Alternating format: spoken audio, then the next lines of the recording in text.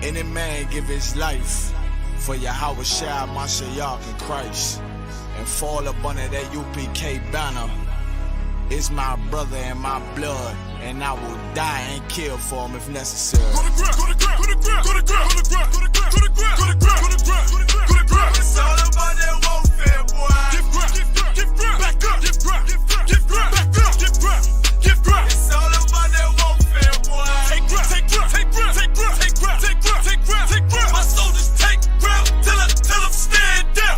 Take ground, take ground, take ground, take ground, take ground, take ground, take ground. My soldiers take ground till them stand down. Take ground, take ground, take ground. Now this ain't no movement, this a takedown. We will not be moved or intimidated. We ain't the type. You got a problem, tell them cross the fucking line. My niggas ain't polite. Soldiers to the left and right. I die for every man body. Before I be a coward, I'd rather be a dead body. This will be my kingdom when the hour pass. You can either get with it or get flipped like an hourglass. We live by honor and no excuse. Just sit the prayer up to the Lord. I told him, then let all the terrorists loose. Hold your tongue or get rebuked, cause you made a truce. With a race to make merchandise out of my abuse. Scared of who? You got your gun, then pull it. Me and my niggas start to argue, it's about who gon' bite the bullet. It gon' take ground, take ground, take ground. Opponents better move slow. Attack dog for this truth. Nigga, cool yo. Go to ground, go to ground, go to ground, go to ground, go to ground, go to ground, go to ground, go to ground, go to ground, go to ground, go to ground. It's all about that warfare, boy. Give ground, give ground, give ground, back up, give ground, give ground, give ground, back up, give ground, give ground. It's all about that warfare, boy. Take ground, take ground, take ground, take ground, take ground, take ground, take ground, take ground. My soldiers take ground till them stand down. Take ground, take ground, take ground, take ground, take ground, take ground, take ground. My soldiers take ground till them stand down. Oh, thought you could cross us with no consequence, but you will pay dearly. You should've used your common sense. My zeal lit, that means you could never prevail. Hey, where the truth sit, hey, where warriors dwell. Be wise with them weapons, cause I promise. My nine just like my wife, she concealed, she modest. I know 2 things, a robber will not prosper. And any man harm me and my aunt, I'm gon' meet the doctor. Cause this life is warfare, it's not an easy walk. Been watching my people die, so you can miss me with that love talk. My U.P.K soldiers, any man try to cross your path, make him regret it. What that mean? Fall on his ass. Comparing me to you really ain't no contest. Long live one West. Say what? Long live one West. This for those who thinking we ain't ready for. Tell them back up. I'm about to drop something heavy for. Go to ground, go to ground, go to ground, go to ground, go to ground, go to ground, go to ground, go to ground, go to ground, go to ground. It's all about that warfare, boy. Give ground, give ground, give ground, back up, give ground, give ground, give ground, back up, give ground, give ground. It's all about that warfare, boy. Take ground, take ground, take ground, take ground, take ground, take ground, take ground, take ground. My soldiers take ground till them stand down.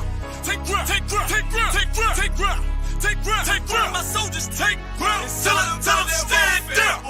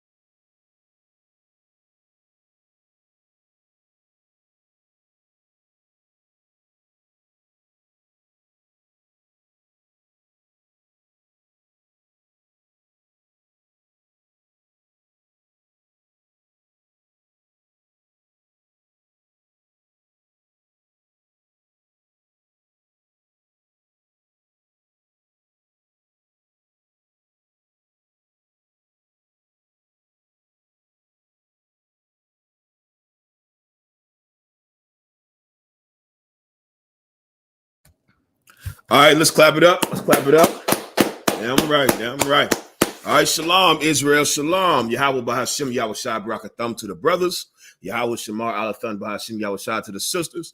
We are the Israelite School of Universal Practical Knowledge. Started out of 1 West, 125th Street out of Harlem, New York, under commanding General Yahanna. We are not affiliated with no other Israelite group or Christian organization, and we teach the truth according to the Bible. And that's that blacks, Hispanics, and Native Americans are the real ethnic Jews, according to the historical records found in a book, a little old book called the Bible. You understand? The same Bible that's in your grandmother's church, in your mother's church, and all the churches you've ever been to, in your church. And this Bible, it's talking to one specific set of people. And I'll keep saying the same thing over and over because you'll be so surprised how the Black, Hispanic, and Native American community has been searching for an identity. And we attached ourselves to many other identities, and we never knew that our true identity, our true culture, our true language, our true customs were right here in front of our faces all of our lives. You understand? In the Bible.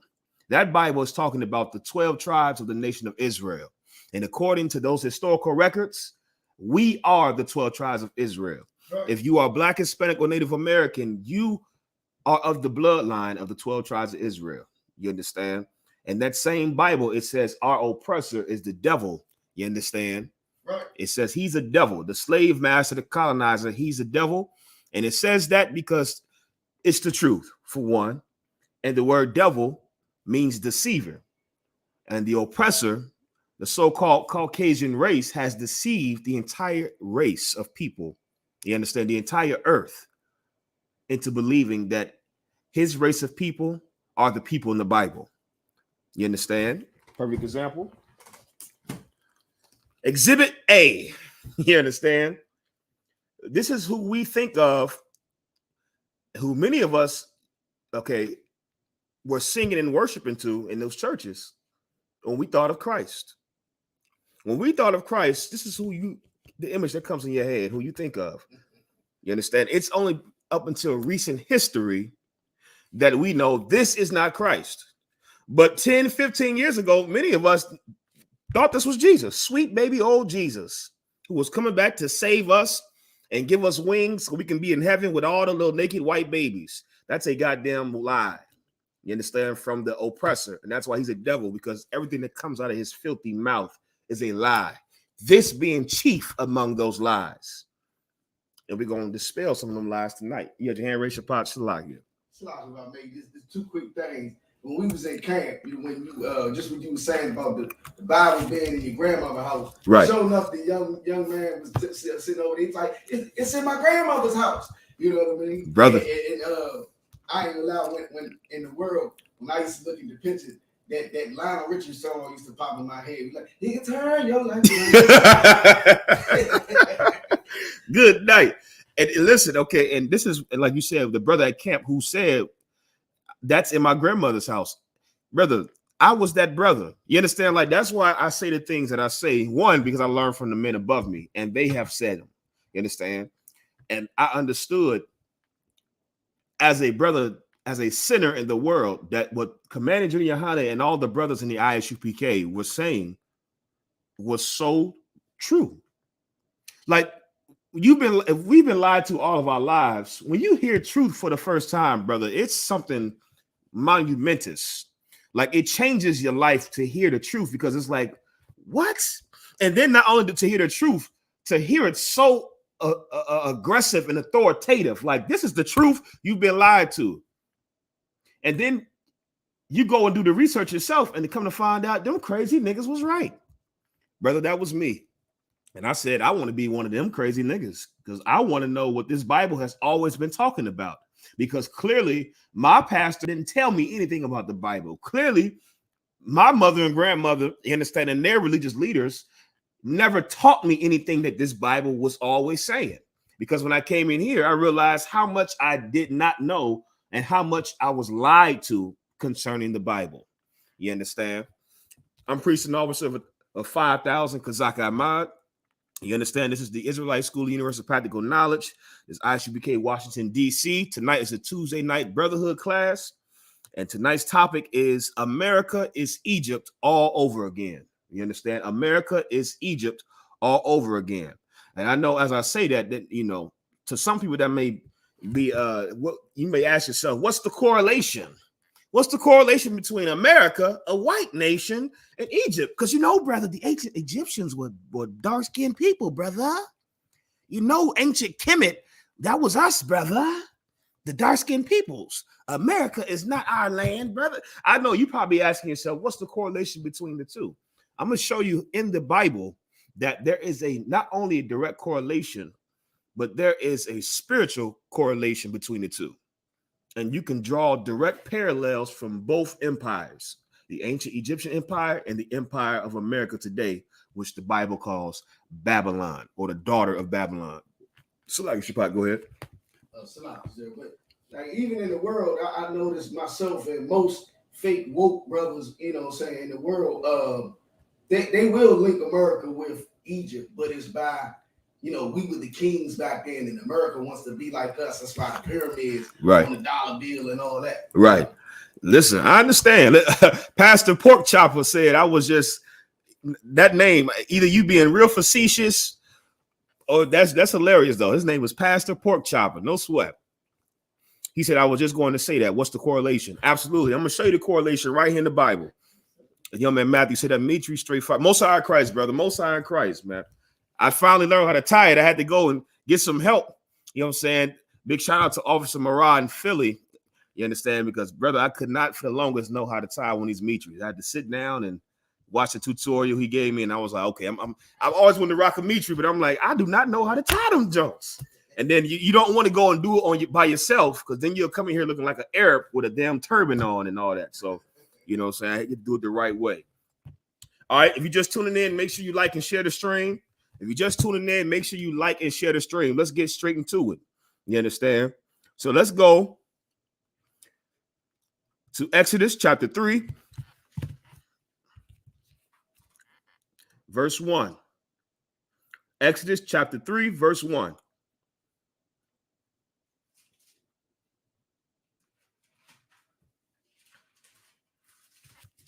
God. The book of Exodus, chapter 3, verse 1. Now Moses kept the flock of Jethro, his father-in-law, the priest of Midian, and he led the flock to the backside of the desert and came to the mountain of God, even to Horeb. Right. So now most of us who have some familiarity with the Bible or the things of the Bible, I'm pretty sure almost all of us have heard of the name Moses. You understand? Moses was the brother that the Lord chose and used to deliver the children of Israel out of the captivity, the bondage in Egypt. You understand? The Lord's people, you understand, the Israelites were in slavery. That's what it is today. The Bible calls it captivity or bondage. That's what captivity and bondage is, slavery.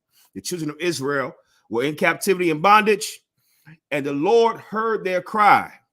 The Lord seen the suffering and oppression that they were experiencing in Egypt. And the Lord chose a black man by the name of Moses. And of course, I'm going to prove to you that Moses is in fact a black man.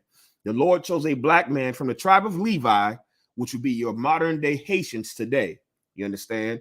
To deliver his people out of the land of Egypt, because the land of Egypt was a land where his people were oppressed by the Egyptians.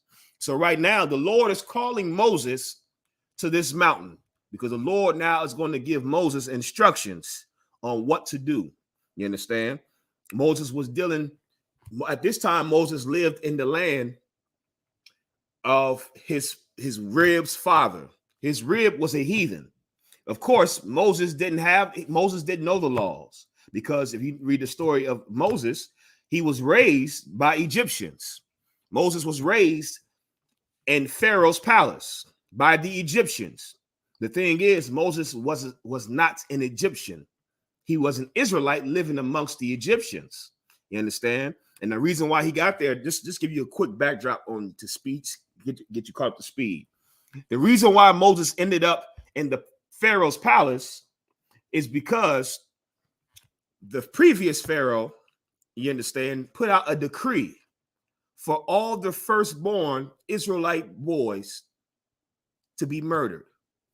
You understand? Which lets you know genocide of black men is nothing new. You can go to this Bible and read the history of how what they are doing to us today is what they have always sought out to do to us. Pharaoh, an Egyptian, a African put out a decree to kill the firstborn black man. I say black man because that's who they are, but for the Bible's sakes, it says Hebrew or Israelite. You understand? And that decree went out. Moses, his mother saved him. She put him in a basket, put him on the Nile River, and pushed him to the palace. Pharaoh's daughter took him in. Moses was raised in the Pharaoh's palace.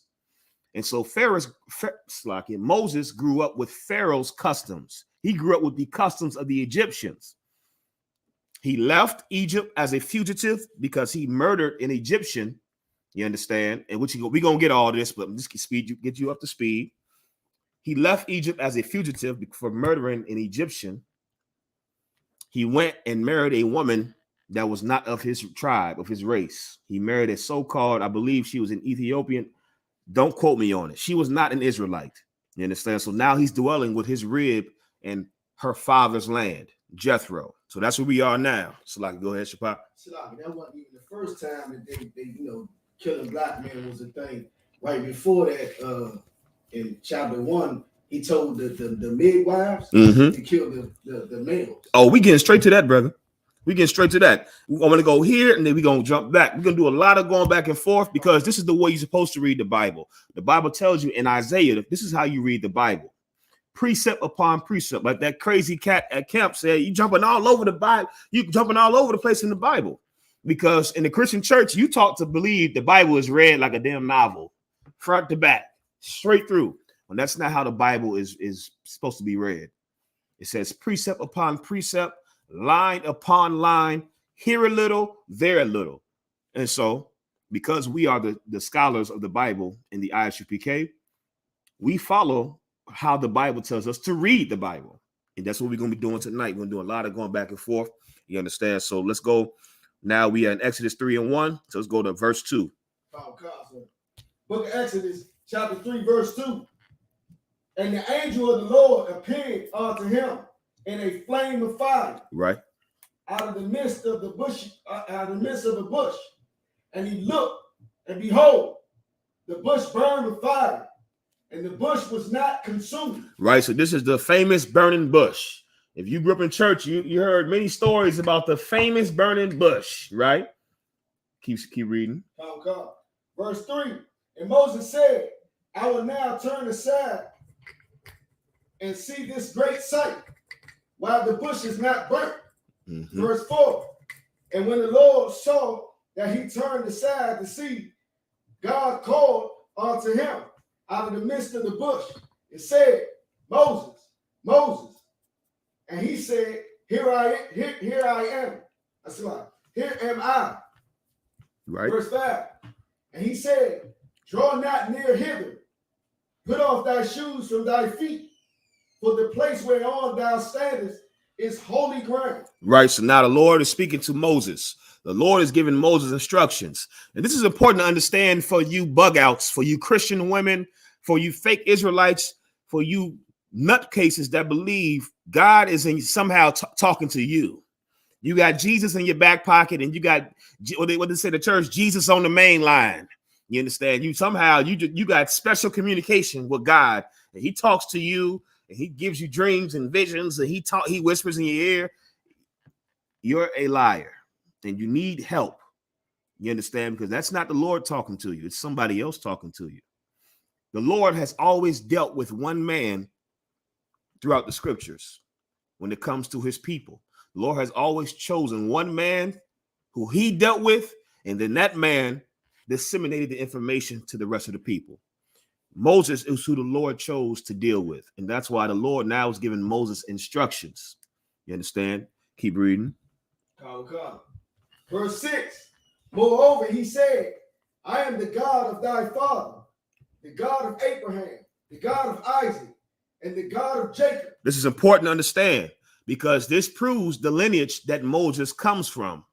This is not saying this. Okay, this is the problem with Christianity, with religion in general. Religion allows everybody to be converted to that religion when the Bible has nothing to do with religion. The Bible is talking to a specific set of people, and those people are chosen through bloodline, Meaning, if you are not of the bloodline of the people that the Bible is talking about, the 12 tribes of Israel, this Bible is not talking to you. It's not referring to you. It's the same way if you had a rich uncle or a great grandfather that died and he left his family a trust fund or an inheritance. You can't just try to come in and like, well, I knew, well, you know, he practically raised me. I knew him. That father or that uncle, that grandfather is leaving his wealth and his inheritance to his bloodline. You understand? And this is what the Bible is. It's an inheritance. It's a trust fund for a specific family. And that family is talking to us. You understand? That family is us. And Moses comes from that family. Moses is a black man, just like we are black men. And it's important that we understand that because the Lord, this is how important the Lord values it. The Lord is saying, I'm not the God of everybody. I'm the God of who? Read it again, Brother Show.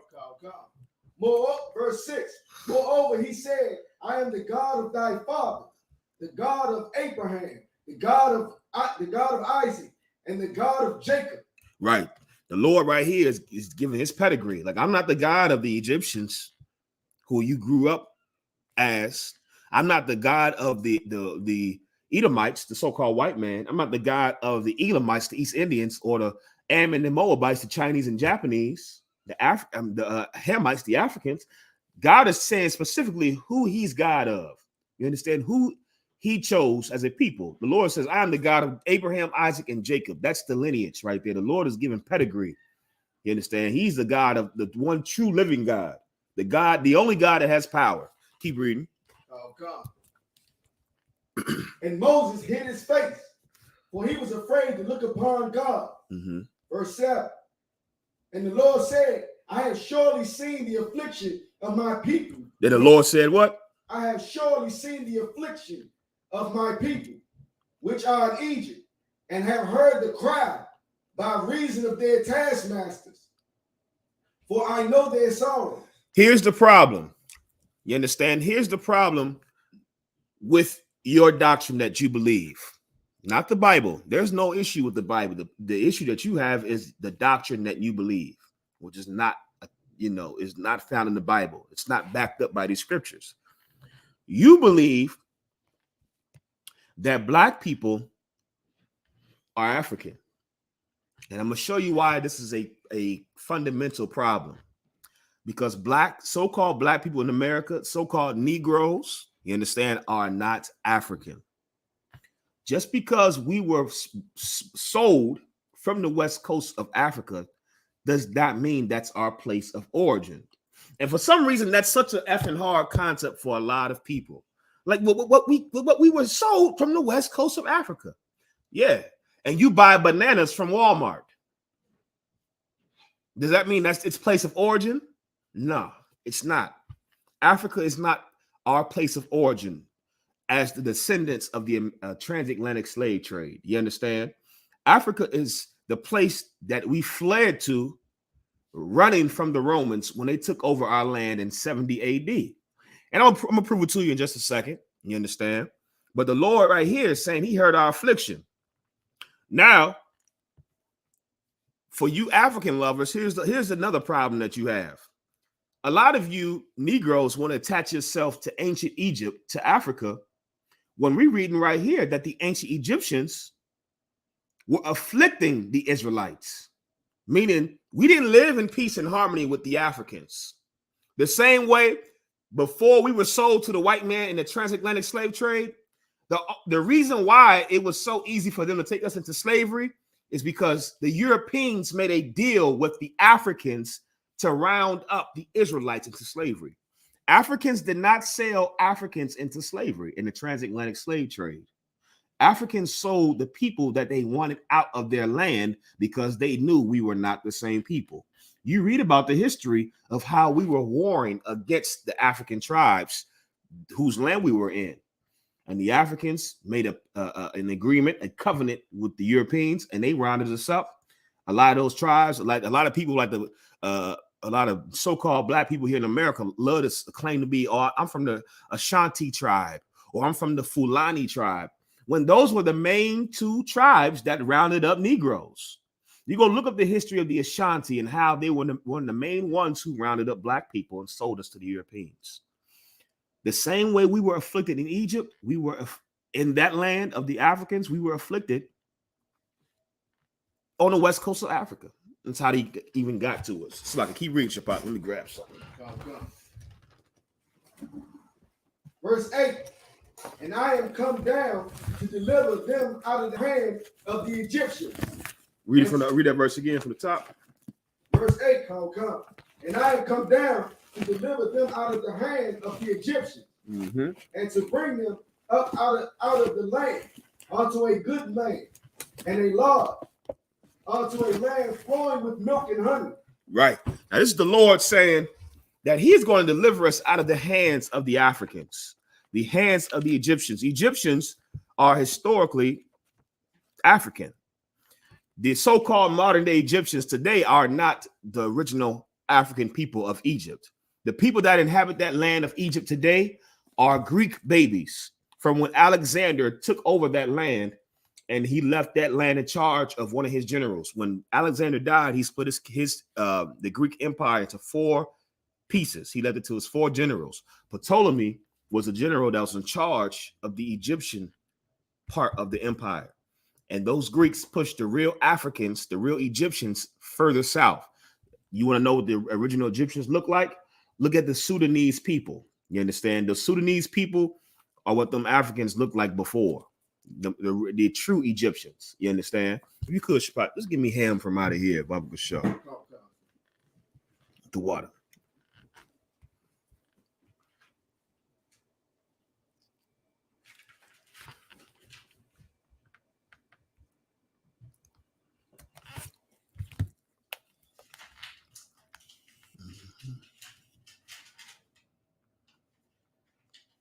Oh, come. It's the Zondervan Compact Bible Dictionary. Ham, the youngest son of Noah. Right. So Ham is the youngest son of Noah. Noah had 3 sons, Shem, Ham, and Japheth. Right. And Ham was the youngest son of Noah. Keep reading. Oh, come. Born probably about 96 years before the flood, and one of 8 persons to live through the flood. He became the progenitor of the dark races, not the Negro. Read that part again. He became the progenitor of the dark races. Ham is the progenitor of the dark races. The word progenitor means the forefather of, the father of. The forefather of the dark races, as you know him today, his name is Ham. You understand? And it's going to tell us who these dark races are. Who are the Hamites, according to the Bible? It is important to understand this. These are concepts you're not taught in the church concerning the Bible. You don't know the peoples in the Bible. You understand? You read that, but I remember being in the church growing up, and I'm reading all the different names.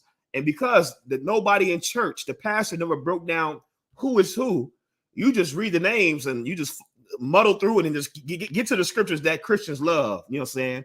But you don't never get the context of, well, who is this? Who are all these peoples I'm reading about in this Bible who we're skipping over, and you're not explaining who is who? We do the research in here to tell you who's who. Ham in the Bible is the progenitor of the dark races. Keep reading. Shalom, Shabar, mighty man. Go ahead. God. He became the progenitor of the dark races, not the Negroes, but the Egyptians. He became the progenitor of the dark races, not the who? Negroes. Not the Negroes. It's important to understand this because there's only one race of people today that have the term Negro or nigger attributed to them. And that will be your so-called black people in America today. That term Negro has always been attached to us, even in the Bible. If you go to Acts 13:1, you can read about how the prophets were called Niger, because Niger and Negro both mean the same thing, black. You understand? That's what it means. It means black. Africans to this day do not call themselves black unless they're trying to finesse around black people or to get some type of benefits that are guaranteed to black people. But Africans don't call themselves black. They call themselves by the nation that they come from, and they get specific and say, well, I'm not black. They'll say I'm African, and then they'll go specific. Well, I'm Nigerian. Then they'll say, well, I'm Yoruba. You understand? Black people, the so-called Negroes, we don't even know who our damn fathers and grandfathers are. You understand? We're not able to give you our lineage the way other races of people are, specifically the Hamites in this case, the Africans. You understand? Ham is the forefather of the dark races, not the Negroes. But this is who he's the forefather of. Keep reading. But the Egyptians. The who? Egyptians. The Egyptians, who we're reading about right now. Ethiopians. The Ethiopians. Libyans. The Libyans. And Canaanites. And Canaanites. All of these people are your modern day Africans. You understand? Ham is the forefather of who you know today as Africans. Now, we just read that there's a distinction between Africans and Negroes in the Bible. You understand? It's important that we understand that. Now, get me Exodus 1:1. Come. The book of Exodus, chapter 1, verse 1. Now these are the names of the children of Israel, which came into Egypt. Every man and his household came with Jacob. Verse 2, Reuben, Simeon, Levi, and Judah. Verse 3, Issachar, Zebulun, and Benjamin. Verse 4, Dan and Naphtali, Gad and Asher. Verse 5, and all the souls that came out of the loins of Jacob were 70 souls. Right. This is important. We read about now how we ended up in Egypt as a people. You understand? For all of you Egypt lovers, I see somebody who's a White Falcon 44. I understand. I won't get too off topic. I understand there's a doctrine now that exists that says America is Egypt. I'm gonna prove to you that when I say America is Egypt, it's not what you're referring to. A lot of people are like, well, you see the similarities because the Nile River is the Mississippi River, and then this is not. That's trash. There are no similarities between the Negroes and Africans, and I'm gonna show you why that whole thing is garbage. You understand?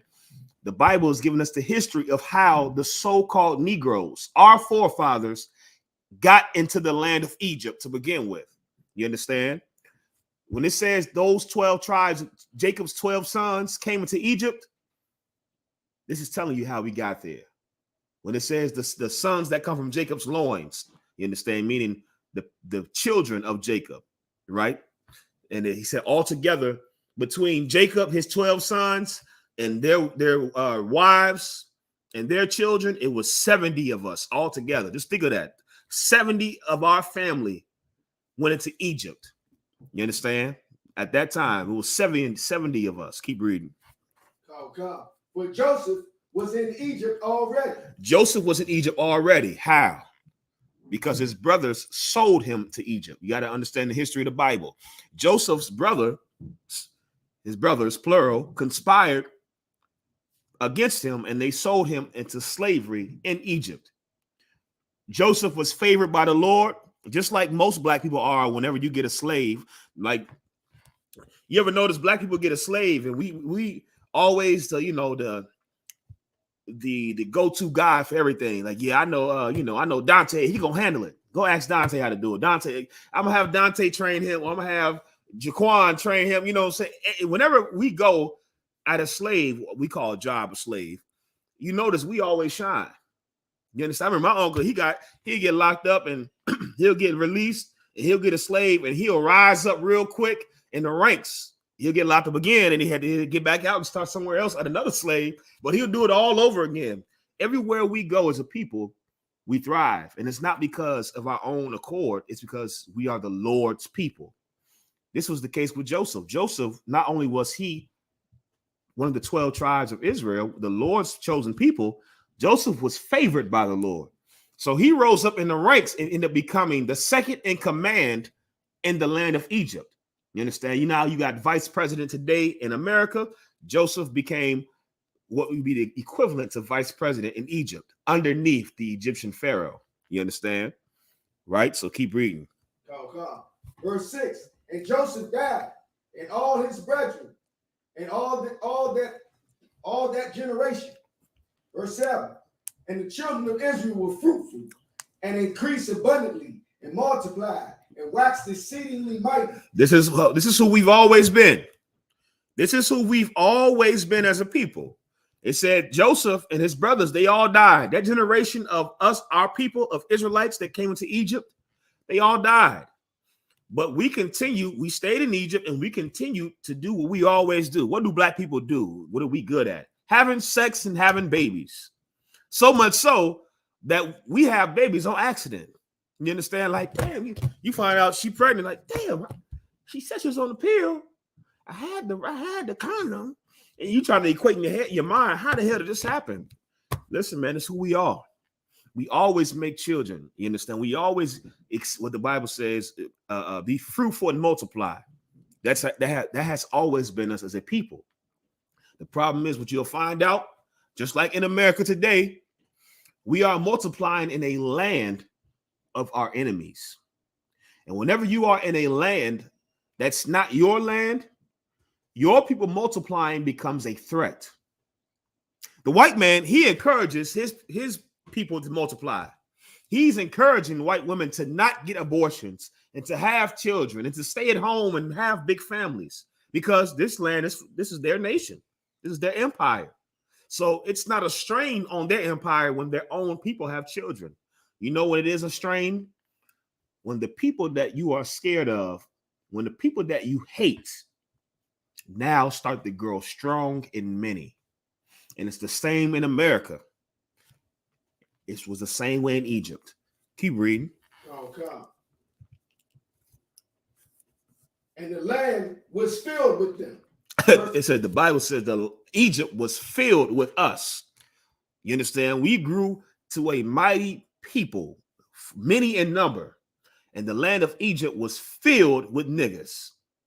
You understand? Of course, there were Egyptians there, but we started off as 70 of our people. And brother, we grew into many, like we always do. Keep reading. Oh, God. Verse 8. Now there rose up a new king over Egypt, which knew not Joseph.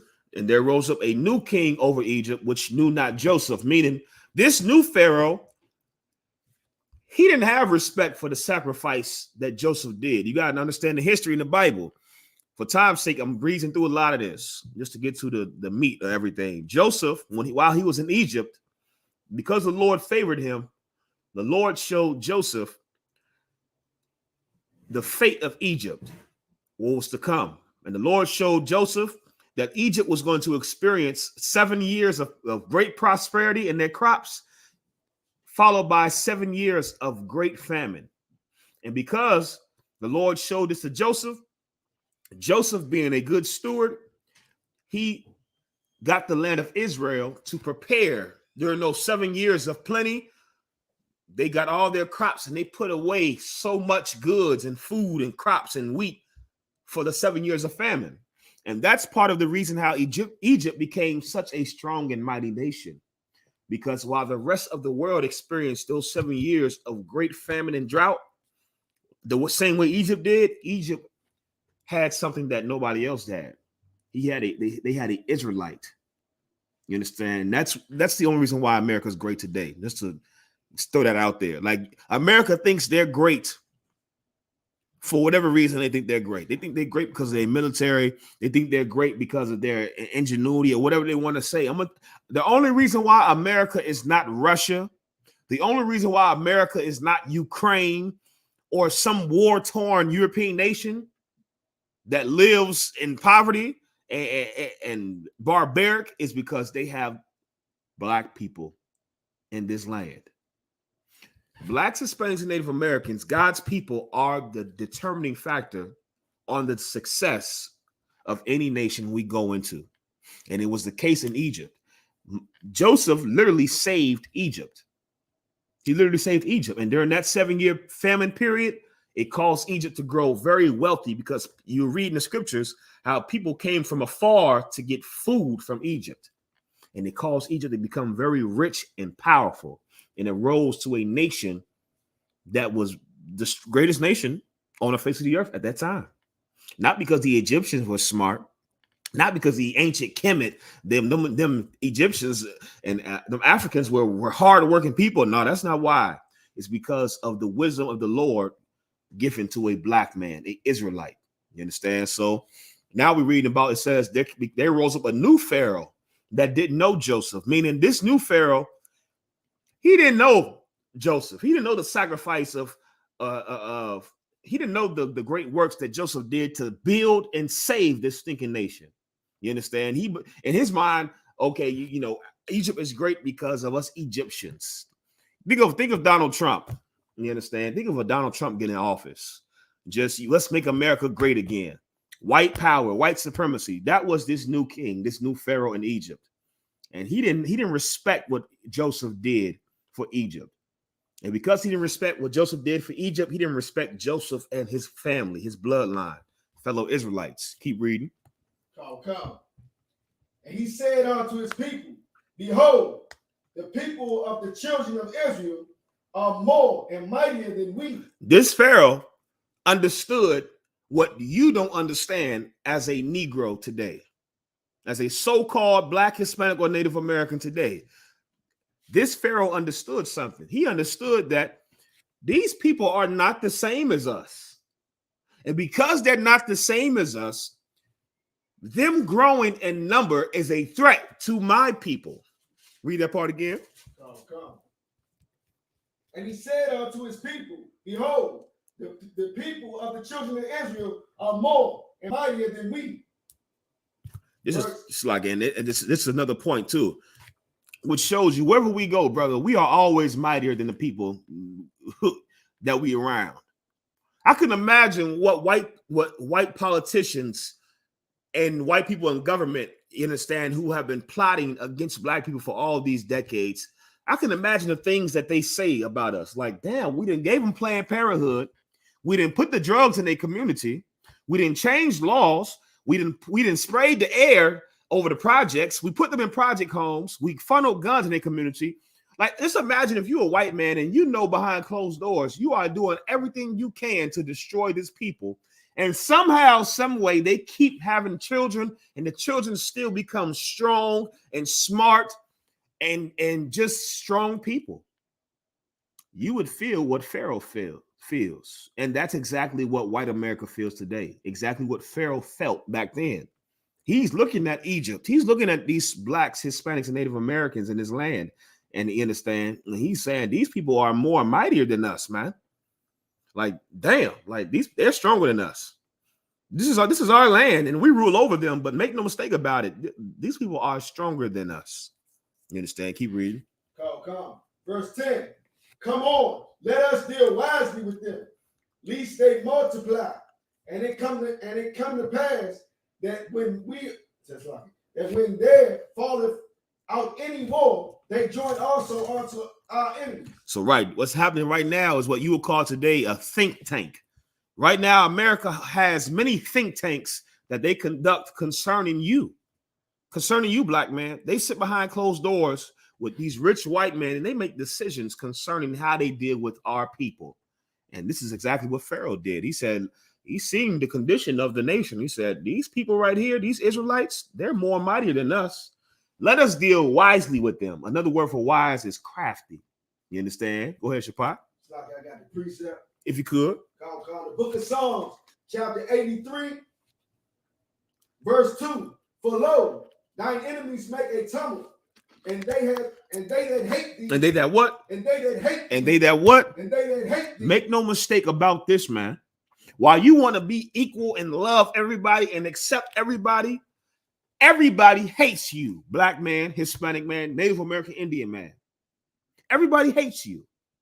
And it's not because of anything that you did. And I have to tell you this too, because this is a private. I'm going to get back to the scripture, Salakia. In our minds as slaves, we believe that we're hated because of the things that we do. What is the problem with that logic? Why is it a problem for us as Blacks, Hispanics, and Native Americans to believe that we're hated as a people because of what we do? We never did nothing to them. Right. We never did anything to them. But secondly, it puts in our mind that somehow now we can do something else to stop them from hating us. This is why you should never teach black people, well, Bill Gates, look, Bill Gates is rich because he wears Skechers and Walmart jeans. And look at these niggas. They buying $200 shoes. And stop putting the excuse for oppression on black people. You understand? Like, black people are hated not because of anything that we do or don't do. We're hated because of simply who we are. Teach this to your children, because a lot of you Uncle Toms, you think that maybe if I talk this way and I walk this way and I dress this way and if I serve white Jesus and if I'm a good Christian and if I'm gainfully employed and if I, not too aggressive and if I got white friends and you got like a checklist somehow of what you think, what it takes to be a good nigga to get them to stop hating you. Here's what you fail to realize after 400 years. It never meant anything because they hate us for no cause. And because they hate us for no cause, there's nothing that you can do to stop their hatred. The Bible says they have a perpetual hatred, meaning their hatred is continuous. It's ongoing. It's been like this before you were even on this earth in this body. It's been like this. It's nothing you can do in your simple mind to stop the white man from being the devil. It's nothing you can do to stop Africans and Asians and East Indians and all these races of people from hating us. What you can do is stop them from ruling over us. That's what you can do. You can't stop them from hating us, but you can stop them from manipulating us and taking advantage of us. And that's what we teach in here. It's in the Bible. Salaki, go ahead. Keep reading where you at, Shafat. Salaki. Come. And they that hate thee have lifted up the head. Verse 3. They have taken crafty counsel against thy people. They have done what? Taken crafty counsel against thy people. The Bible says our enemies, the people that hate us, have taken crafty counsel. Another word for crafty is wise, meaning it's real shrewd. You understand? It's real careful and precise, and it's real detailed. You understand, on how they deal with us. The people that hate us, don't make no mistake about it. Everything that's happening to us is not just accidents and by coincidence. It has been long thought out and planned for a long time. Black men murdered in the streets is not accidents. Stop saying, well, the police need to be retrained. You need better training. You idiot. The system is working exactly the way it's meant to work. The system is not broken. It's working exactly how it was intended to work. You understand? The way they treat us, the way they deal with us is not by mistake. This is the counsel that they've taken against us behind closed doors on how to deal with us. The same way they did it in Egypt, because just like in Egypt, the white man looks at us in this land, in his empire, and he sees that we are people that are more and mightier than him. You understand? I don't even believe the what's the census, those numbers for the population. You mean to tell me that black people are only 10% of this nation, 13% of this nation? You a goddamn lie. I don't believe that. But of course, remember who we dealing with. We're dealing with the master of deception. We're dealing with the white man, who's the devil. So, of course, they had to tell us that it's just only 10% of us, because what would that do for us if we knew it was really more than us than what it was? It will give us a certain, just like with anything, whenever you find out there's more of y'all than what it is, you get a certain confidence about, like, well, what's too many of us for y'all to be doing us like this? Even though that's, it shouldn't mean anything how many of us it is. But the white man, he thinks carnally. You understand? It's nothing but wars in his heart, and he thinks carnally. So he thinks war. And he was like, you just think about when you go on a war, you're like, well, if he knows more people on his side than it really is, he gonna want to fight. Versus if I tell him it's just him, he might not fight. And that's what the white man does. You understand? That's just my little take on the population. Anyways, they have taken crafty counsel against our people. What is that? What's some of that crafty counsel? The CIA putting crack cocaine in the black community. Go ahead, Shapak. And then saying it's a war on drugs. Salakia. Giving black women assistance, but then telling them you can't have a black man in the house. Ooh-wee. You hit him with a cold-blooded one right there, brother. Giving black women government assistance and then turning around and saying You can't have a man. Not only that, before they gave black women assistance, just think this: when you look at the history of just look at the 1900s. If you just look at the 1900s alone, and brother, the way they played this out was so strategic. They got rid of all the trade jobs in the urban centers. America at one point had all the factories. Go ask your grandfathers and the older generation. A lot of them worked in factories and was able to support their families. A lot of them had trades and skills. They worked with their hands. They was able to fix stuff. You ever notice all the old black men somehow can just fix stuff? There's a certain generation of black men where it's like it was normal for every black man to be able to fix stuff. You understand? That generation is a generation of men that still worked in factories and had certain skilled jobs and trades. And the oppressors seen that we were able to provide and take care of our families while having skills. What they did was take a lot of those jobs and push them overseas. What that did was now it left an entire workforce of black men without jobs. Once they did that, they turned around. Now you got a man in the house that can't provide. And they turn around and say, well, listen, the white man said, listen, to the black woman, well, your man is not providing. I know you need money to take care of all them kids y'all got because y'all more and mighty. Y'all having kids left and right. So what does the white man do? He offers the black woman government assistance in place of the black man not having a job. But the caveat to it is, but he can't be in the house. That black man cannot be in the house if you get this government assistance. That's crafty counsel, man. And then turn around and put Planned Parenthoods in our neighborhoods. Because black women now, not having a man there, this is the problem. Black women didn't see the trade-off. You not having a man is not only is bad financially, black women now couldn't handle the stresses of raising children by themselves. So it made it much easier. It made abortion a viable option for black women because black women didn't want to raise kids by themselves anyways.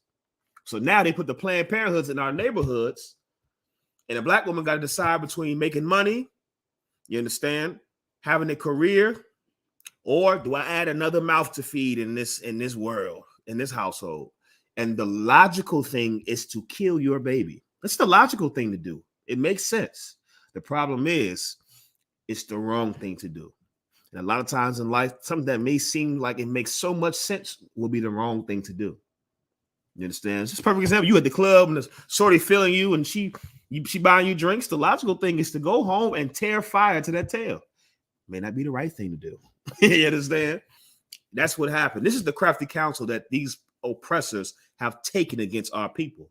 You think it's just coincidence. You blame the problems in our community on niggas because niggas just can't get right, because we just lazy, because we don't want better for our people, because we don't know about we don't have financial literacy.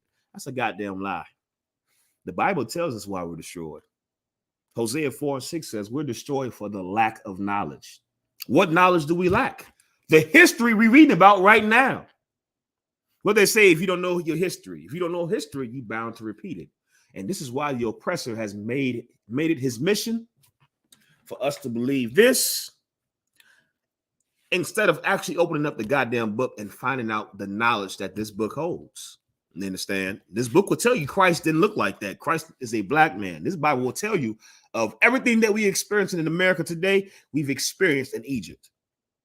If you just look at look at the Egypt's playbook, it's America all over again. We'll keep reading. Keep reading that shit, Pop. Verse 3, they have taken crafty counsel against thy people and consulted against thy hidden one. Right. That's you done with that one? That was a perfect precept.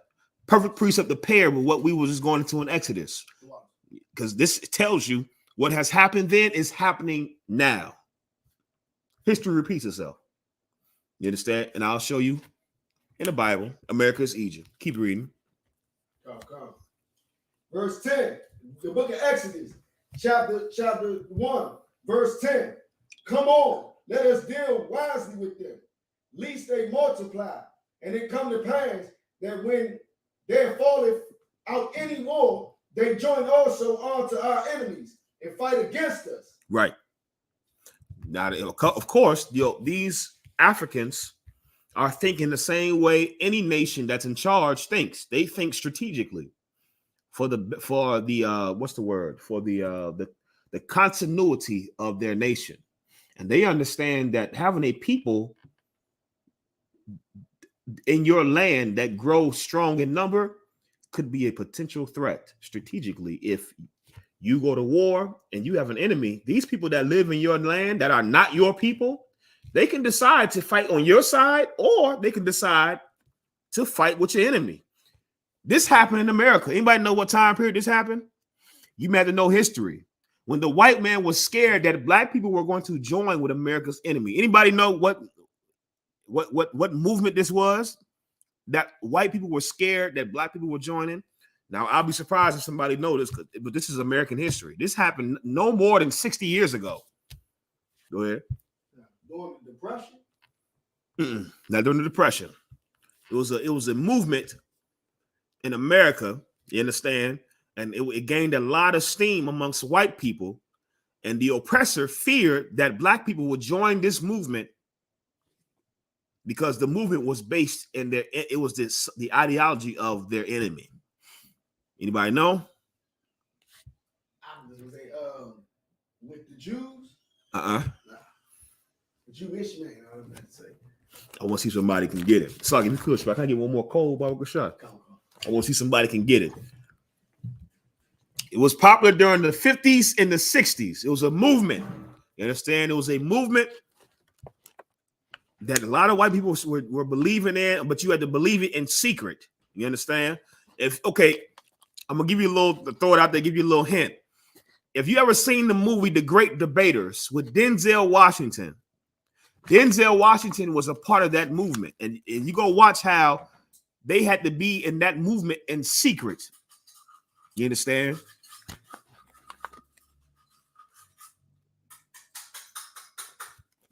For time's sake, I'll tell you, the communist movement. Big mouth. Thank you. The water. The communists. This happened when we reading about in ancient Egypt how the Egyptians were scared that we would side with their enemy if they were ever to go to war. The Hamas said the Black Panthers. No, it's the communists. It's the Communist Party. You understand? This took place in America. The communist movement, I won't say originated in China, but China and Russia are the biggest communist nations in the world. Of course, China and Russia still to this day have always been enemies of the United States. So to have a movement of your nation, nation's enemies in your nation is a threat. The problem is America was so scared of black people being communists that they put FBI. Okay, a lot of people don't know why J. Edgar Hoover put wiretaps on Martin Luther King. Yeah, the water, Arawadia. You going right into what I'm about to go to. A lot of people don't know why J. Edgar Hoover, who's in charge of the FBI, why they put wiretaps in his hotel room. It wasn't because of he wanted to, whatever they thought it was. J. Edgar Hoover suspected Martin Luther King of being a communist. And J. Edgar Hoover knew that if this black man, and say who's not our people, who has a great following of his own people, if he's a communist, then he can convince his people now to be communist, and they would side with our enemies whenever we go to war. It's the same thing playing out all over again. You go look back how the FBI suspected all them civil rights leaders of being communist. You understand? It damn near was like a derogatory term to call somebody in the 50s and 60s. Like you goddamn communist. You understand? Because it was like this is our enemy. The Russians and Chinese are communists. You communists. But America was more fearful of black people being communist than they were of white people being communist. The same way Egypt was more fearful of us joining with their enemy versus their own people joining with their enemy. You understand? Keep reading. Come. So because they had this fear of us growing strong and that we could possibly side with their enemy, this is what they did. Oh, God. And so get them up out of the land. Verse 11. Therefore, they did set over them taskmasters. They set over us taskmaster. What's another word for a taskmaster? Just break down the word. A taskmaster. Go ahead, Shapat. Slave master. A slave master, or better word would be overseer.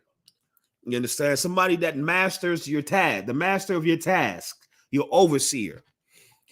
We're reading about the beginning of the slavery of God's people, the Israelites in Egypt.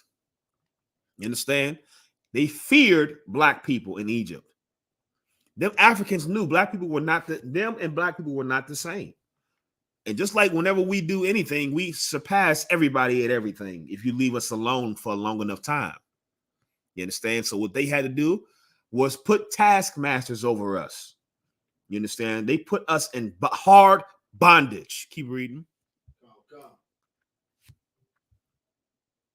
To afflict them with their burdens. To afflict us with our burdens. Same thing America did.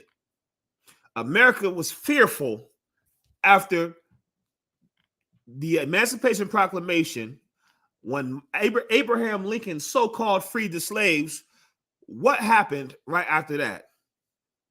What happened right after the Emancipation Proclamation in regards to black people? After we became free, what happened? That's right, our overseer. What happened to black people after the Emancipation Proclamation? Go ahead, Shapat. No sweat, no sweat. Right after the Emancipation Proclamation, you have what they call the Black Codes. You understand? Pull up the Black Codes if you could, Baba Shapat. The Black Codes. You understand? We're going to show you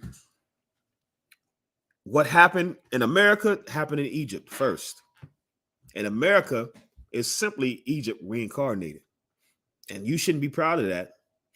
You understand? Because we suffering the same fate we suffered in Egypt in America. But you think that's you got this weird fascination with Egypt and Africa and Africans. And I don't understand it, because to this day, Africans don't even like us or be around us. Africans, they know their culture and history, and they know we don't fall in the same bloodline as them. You, on the other hand, because you have been robbed of your culture, of your history, of your identity, you want to join yourself to any and everybody. So you see people that are dark skinned like you, and you say, oh, we them. We came from that land, so we must be them. That's not true. And here's the problem. You're the only one that believes that. You're the only one that believes the lie when the world knows the truth. If you could, Shapat, read that. Come. Black codes restricted black people's right to own property, conduct business, buy and lease land, and move freely through public places.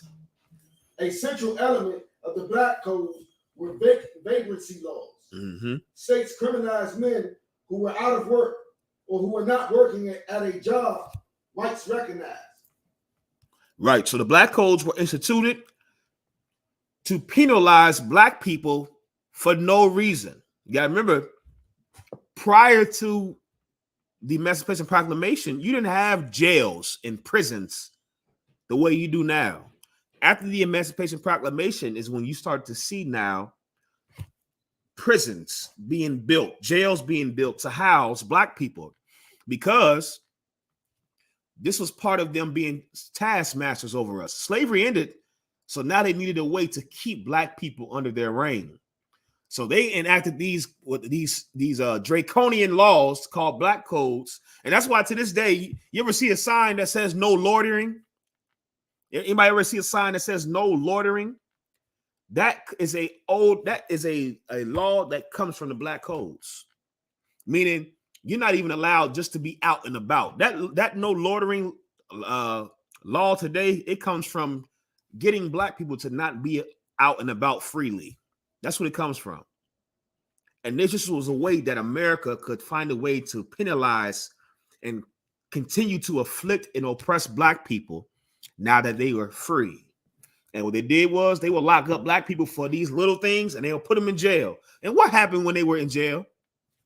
Shapak? They became slaves again. They became slaves all over again. They worked on the railroads. They worked in the cotton fields. They worked and did hard labor for free. And if you didn't get locked up, you still was in slavery because you became a sharecropper. You understand? This is what Egypt did. Egypt did the exact same thing. They put over us taskmasters. They put over us people that oppressed us and afflicted us. The same way today, the police oppress and afflict us. You understand? Keep reading. Come. To afflict them with their burdens. Mm-hmm. And they built for Pharaoh treasure cities. And we did what? Built for Pharaoh treasure cities. We built for Pharaoh treasured cities. When you go and look at them stinking pyramids to this day, them pyramids that still stand and that the whole world is so enamored and fascinated with, those pyramids weren't built by free men. Those pyramids were not built by Egyptians. Those pyramids were not built out of ingenuity or necessity. Those pyramids were built by the slaves to make sure the slaves were afflicted and oppressed. While you look at them pyramids and you thinking you the people, what's that? He calling you? Yeah, go ahead. He's going to the bathroom. While you look at those pyramids and you thinking you come from the bloodline of the people that lay in the tombs in them pyramids, you thinking you in your mind, you just know you come from the ancient bloodline of King Tutankhamun. You understand? That's what you think you come from. When I'm gonna break your heart, black man. You come from the bloodline of the slaves that built them stinking pyramids, that built Egypt up to become such a great nation that's remembered in history today. How do you know? When every race of people comes to America to go sightseeing, when all these races come to America to come look at the different cities in America and as tourists, who built America? Not white people. Nah. White people didn't build America. Blacks, Hispanics, and Native Americans literally built America from the ground up. You understand? We literally built America. Not as free men, as slaves. You look at all the inventions that we invented as slaves, and we get none of the credit for. You understand? White men get the credit for all the inventions and technological advances that exist today. It was the same in Egypt. You look at Egypt and attribute Egypt's greatness to the Egyptians when that's not the case. Africans to this day don't build anything great. You understand? What have Africans built in the past 50 years? If they are the people that built Egypt back then surely they should be the same people today. You understand? Where's the new Egypt? I'll tell you, it's where we are. Because we were the people that built Egypt. America is the new Egypt. Everybody comes to America and marvels at America. New York City is outside of France. New York City is the go-to city for tourists. They go to Chicago to see Chicago. They go to LA to see Hollywood. They go to Miami to see the beaches in Orlando. You understand? They go all over America and sightsee these great cities that were built by niggas, the slaves of the place. Go ahead, Shapa. Sorry, let's not forget DC, but that's a given. That's a given. I thought when we was bringing this out, that's a given. Even the architecture in DC lets you know that America is literally Egypt. You understand? DC architecture is literally paying homage to its foremother. I ain't gonna say forefather, to its foremother, which is Egypt. That's why you have the Washington Monument, which is an Egyptian obelisk. You have the Lincoln Memorial with the pillars and everything. All that architecture is based off of ancient Egypt. You pull out a dollar bill right now and you turn that dollar bill over and you look at that pyramid and that eagle. You got to ask yourself, what court? Nobody. These are things you don't think about until you hear the truth. Like before in the world, I never looked at the damn pyramid and thought anything about it. But you got to ask yourself, why are we in a white nation with on one side of the money it's a white man's face, but on the back side of it they have the symbols of an ancient African nation? You never thought to yourself the correlation between the two? Because this is Egypt all over again. Go ahead, Shapai. Sorry, I was also going to say the only thing still standing in Egypt today is what we built. That's it. The only thing still standing in Egypt is what we built. And that's how it's going to be. No, that's not how it's going to be. I take that back. Ooh-wee. I almost gave y'all hope. I know some white man watching like, say it. He thought I was going to say that's how America's going to be. Wrong. America is going to be the lake of fire when Christ returns. America is going to be destroyed by thermonuclear warfare. And everything that our forefathers built is going to be destroyed along with this place and its society. Go ahead, Shapai. Sloppy, I was watching the show the other day, and Bill Maher, what is his name? Bill Murr? Bill Maher. Bill Murr had the guy who's in charge of nukes for the world or something like that, or for America. Yeah. And he admitted on there that even that little space station that they have up there, like when it all goes down, if Russia shoot 100 missiles at them, they can't knock them down. They can't knock them down. Brother, they can knock probably one down.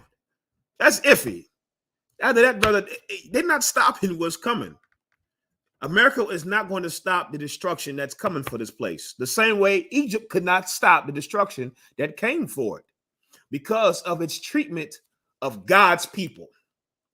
God destroyed Egypt for your sake, black man, Hispanic man, Native American Indian man, and he's going to destroy America for your sake, black man, Hispanic man, Native American Indian man. Right? Keep reading where you at, Baba Gashar. Okay. And they built Pharaoh treasured cities, Pithom and Ramesses. Right? So while we was in slavery in Egypt, we built treasured cities for that stinking Pharaoh. Keep reading. Okay. Verse 12. But the more they afflicted them, the more they multiplied and grew. Say that again. But the more they afflicted them, the more they multiplied and grew. Salaki Shapat, one more time. But the more, but the more they afflicted them, the more they multiplied and grew. We have a saying today in the black community, and it goes along the same lines. Anybody know what the Bible just said? We don't, go ahead. We don't die, we multiply. We don't die, we multiply. Brother, this is niggas we talking about. This has always been us. The more the Egyptians afflicted us and oppressed us, brother, we grew. We grew. The same in America. The more they oppress us and they murder our children in the streets, and they convince us to kill our babies in the Planned Parenthoods, and they give us the worst food, and they poison the water, and they put lead in the paint in the projects, and they spray chemicals in the air. You understand? And the doctors do all types of negligent things to us in the hospitals, and they give us the wrong medication. You understand? Out of all the things that they do to try to oppress us, and they make us live in poverty with all types of ailments and rats and roaches, and outside of all that, brother, somehow we don't die. We multiply because we have always been the people of this Bible. This Bible is talking to blacks, Hispanics, and Native Americans. You know who does die? Africans. They die. Africans die all the time, left and right. I'd be surprised there's still Africans in the damn continent. I seen Hotel Rwanda, brother, and I just thought, like, damn, how many of them is it over there? You understand? Because every time I turn around, it's Africans that's just dying left and right from famine. You understand? It just yikes. You understand? But Ham is cursed. That's their problem. That has nothing to do with us. We don't come from Ham. We're not the same bloodline as these Africans, right? So keep reading. Come. And they were grieved because of the children of Israel. Verse 13. The Egyptians were grieved because of the children of Israel. You don't know that in ancient Egypt, brother, they was getting us high in ancient Egypt. You go look up the lotus flower bomb. The lotus flower, how they will take, what's it called? When you put the joint in your rectum, it's a medical term. What is it called? It's a word for it. Like when you put medicine in your rectum to clear you out, enema, not an enema. Yeah, enema. I think that's what it is. They were putting drugs in their rectum to get high in ancient Egypt. You go read about the lotus flower, how they was giving us just beer and bread. That's what we lived off of, beer and bread. You understand? Like the same affliction and oppression we face in America is exactly what we face. It's like what we face in Egypt is exactly what we face in America. To the point that, brother, it's nothing for us to go get high. They intentionally put the drugs in our community for us to get high. Why? Because a slave that gets high is not thinking about freedom. A slave that gets high, he's gonna go to a slavery. When he gets off, he's gonna do whatever he want to do. He's gonna get high. They don't want you to be sober-minded, because you sober-minded, you will start to wake up and realize this sounds real similar to what was going on in Egypt. Why do you think they didn't want us reading about Exodus and Moses during slavery? Because the white overseers were afraid that we would draw the correlation between, hold on, this story sounds a lot like what we're going through right now. It's not a coincidence. The reason why it sounds so similar to what we're going through right now is because we are the people in the Bible. I can prove it to you. You hold where you at. Give me Deuteronomy 28. I'm going to show you. Egypt is America. So like America is Egypt. We are the people of the Bible.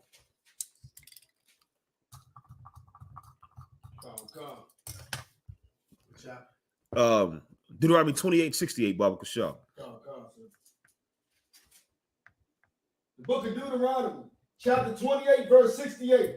And the Lord shall bring thee into Egypt again with ships. Stop, read that again. Book of Deuteronomy, chapter 28, verse 68. And the Lord shall bring thee into Egypt again. Stop right there. The Bible says the Lord shall bring thee into Egypt again. Who is the thee this is talking about, Shapat? Us. Right, the children of Israel. Deuteronomy is talking to the children of Israel. That's why you'll read it says, the Lord spake to Moses to tell the children of Israel. You understand? To jump ahead, go ahead, Shapat. Now bring out that that's also a reincarnation scripture. Oh, absolutely. It definitely is. You understand? To speed you ahead, we was reading about Moses before in Exodus. What we're reading about now is after the Lord delivered the children of Israel out of Egypt, out of slavery, we were in the wilderness. And now we had to figure out how to live as a people that were free, that weren't underneath another race of people. And what we don't realize as a people is it's hard to live as free men. It's easy to be slaves. It's real easy to be slaves. It's hard now to live as free men and as your own nation of people, because now you have to govern yourselves. And that's what the Lord gave Moses to give to us when he gave us the commandments written down. These were laws, statutes, and commandments to govern us as a people as we built a nation from the ground up, coming out of another nation. And right here, the Lord told Moses to tell the children of Israel who just came out of slavery, read it from the top again. Book of Deuteronomy, chapter 28, verse 68. And the Lord shall bring thee into Egypt again. The Lord told Moses to tell us that he will bring us into Egypt again. This is important because it's not talking about us physically going into Egypt again, because we never went into Egypt again as a nation of people. This is talking about, first of all, the word Egypt means bondage. The Greek word was Egyptos. And the Greeks, when they seen how the Egyptians had the children of Israel in slavery, they called Egypt the house of bondage. because Egypt, unlike any other nation before, had the children of Israel in severe slavery. And that's how we were able to build them stinking pyramids and all the great cities. And so Egypt was called the house of bondage, Egyptos, right? So the Lord is saying he's going to bring us into Egypt again. He's going to bring us into bondage or slavery again. How? Keep reading. Oh, God. With ships. With who? With ships. With who? With ships. With ships. The Lord prophesied through Moses the transatlantic slave trade. Now, somebody tell me any time in history when a people, as a people, you understand, a race of people went into slavery through ships. If somebody can show me, I'll be curious, to read it. But what you'll find out is what I found out when I first heard this and did my research. We are the only people that went into slavery via ships. You understand? We went into slavery via ships. It was literally called the transatlantic slave trade. You understand? And the Bible is prophesying this. God told us that he would put us into slavery again through ships. We were rounded up on the west coast of Africa by the Fulani, by the Ashanti, by any other the Nigerian and Ghana and all them African tribes y'all want to be part of, because you just took a damn DNA test and it said you Nigerian and Cameroonian and all that garbage. You're being hustled. I hate to break it to you. You're being hustled. If your forefathers are descendants of that transatlantic slave trade, you are not African. You are not African. Africans did not sell Africans into slavery. You understand? The Lord just said we will go into slavery again with ships. Keep reading. Oh, God. By the way whereof I spake unto thee. Mm-hmm. Keep reading. Thou shalt see it no more again. Right. So right here, let's do some history. You understand? If you could, Shapat, pull up the transatlantic slave trade. If you could, Baba Shaw. Transatlantic slave trade. Also, too, if you're just tuning in, make sure you like and share the stream. If you're just tuning in, make sure you like and share the stream.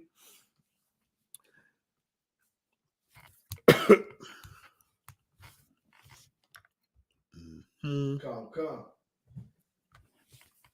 Atlantic slave trade. The Atlantic slave trade, transatlantic slave trade, or Euro-American slave trade involved the transportation by slave traders of various enslaved African people, mainly to the Americas. The slave trade regularly used the triangular trade route and its middle passage, and existed from the 16th to the 19th century. Right. Now, of course, the white man being the devil, whenever you read articles involving slavery, it always says enslaved Africans. Enslaved Africans. Here's why the white man is the devil. Because the white man, our oppressor, they have an entire science where they study the dental records and the cranial structure of old peoples. You understand?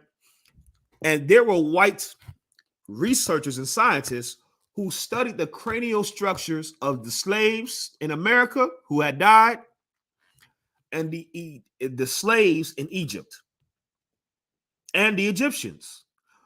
And what the conclusion they came to is that the slaves in America, their cranial structure and dental records were completely different than the ancient Egyptians. But here's the kicker. They found out that the cranial structure of the slaves in America matched the cranial and dental structure of the slaves in Egypt. They have always known we were not Africans. They intentionally call us Africans to muddy the waters so you can't see what the Bible has always been trying to tell us. We are the children of Israel. And they had to call us African because think as a white slave master that just brought these people over to your land. If you didn't call us African, who would we begin to believe we are? or who would we find out who we were?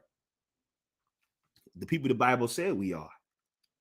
They had to call us Africans, and they kept pushing that on us because over time, the generations that came over to America that died out, that knew we were Israelites, they died out. And then that information, as far as us being Israelites, became very scarce. It damn near died. And now we believe what was told to us, that we were Africans and that we can be saved by white Jesus. And that's how the white man does. He tells a lie long enough that it becomes the truth. And that's what he did. He kept calling us African and African and African for so long that as our generations pass and pass, we forgot that we were Israelites and we believe we were African. And at the same time, you had a race of people now running around claiming to be us in our land. Go ahead, Shapat. I'm just wondering, how do you take the picture and like I can share it with the You got a picture? Come. Go down to share screen. You got to click that. And then you go to hold up. It should say hold up. Click on share screen, and then it's going to give you the option. It's going to say entire screen, window, or Chrome tab. Where's the thing you want to share at? It's on another tab. Okay, so go to Chrome tab. You click on that, and then you hit the tab and hit share.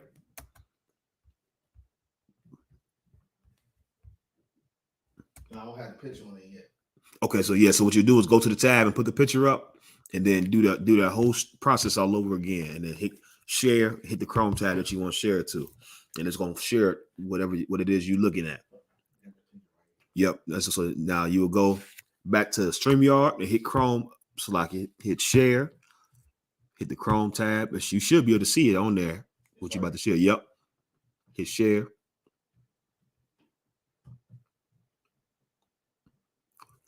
Let's see. It should pop up. Here we go. It's trying to pull up now. Hold on.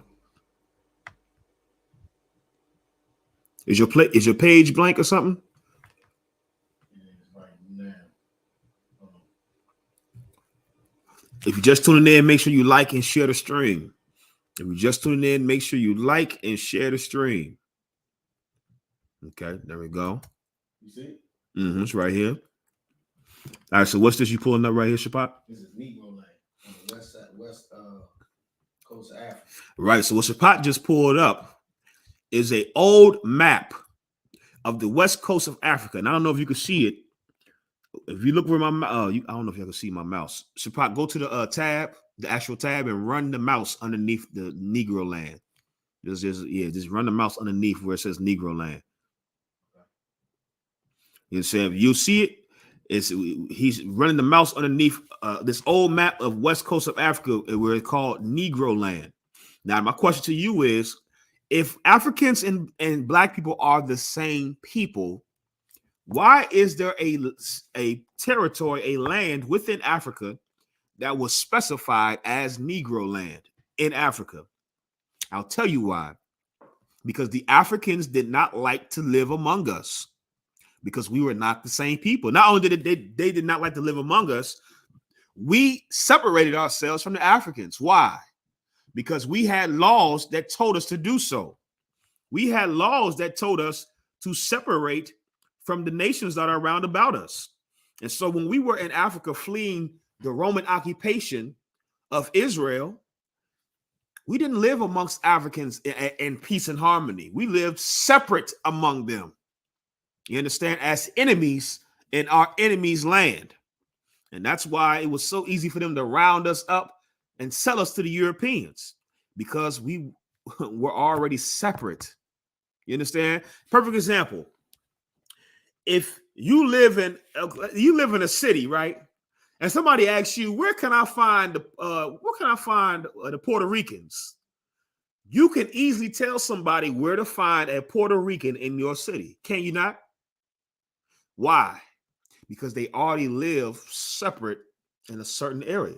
If you say, man, where the Cubans, where the Jamaicans live at here, you can tell them where to find a Jamaican in your city because they live separate already. It was the same way. The white man came. He wasn't looking for Africans. He was looking specifically for the people that he read in this book that made Egypt great. They read these records, man. While you run from the Bible and you think it's the white man's book, the white man understood these records to the point where he said, we need to find the people who made Egypt great if we want to build an empire. So they read them records. And guess what they did? They went and searched to come find us. They didn't round up them stinking Africans. They knew they couldn't do nothing with Africans as slaves. You understand? They went and found the children of Israel. That's what they did. And they went and asked the Africans, where can I find these people? And you know what the Africans said? The same thing you would tell somebody that's new to your city. Where the niggas stay at? Where the hoods at? Where can I go to get some good home cooking? You can point somebody out to get to where they find our people anywhere you go in any city. And that's what the Africans did. They said, oh, those people, they live here. And matter of fact, we can help you round them up. Because they're not us, you know, we going to war with them anyway. They in our land, making us look bad because they smell good and take baths. And all their women look good. And, you know, all the men are strong and they're not gay and child molesters. They making us look bad in our own land. Get them out of here. That's what happened. You understand? Where we at in the scripture? Right. So Deuteronomy 28:68, it says, the Lord shall bring us into Egypt again. When we were put on those slave ships on the west coast of Africa, where were we brought? To the so-called Americas. The Bible literally is calling America Egypt again. And this is the place where we serve hard bondage, the same way we did in America. You understand? Get me Revelations 11:8.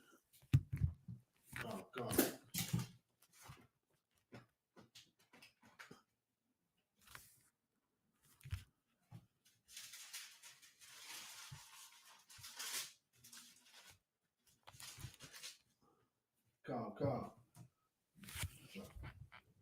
The book of Revelation, chapter 11, verse 8. And their dead bodies shall lie in the street of the great city. Stop right there. It says, and their dead bodies shall lie in the street. Let's just be straight up here. Whose dead bodies are known to lie in the street in America? Now, if you want to be what's the word I'm looking for? If you want to be Christian about it, of course you'll say all people. But there's an answer that feels good to say, and then there's the answer that you know is just it hurts to say it because it's the truth. Blacks, Hispanics, and Native Americans are the people who lie dead in the streets in America. Us. I remember literally Mike Brown. They left Mike Brown's body in the street for I forgot how long. You seeing it left and right every day. You turn on the TV or turn on social media. Black, Hispanic, and Native Americans are being murdered in the streets, whether by our enemies or by our own people. We are the ones that lie dead in the street. Go ahead, Shapop.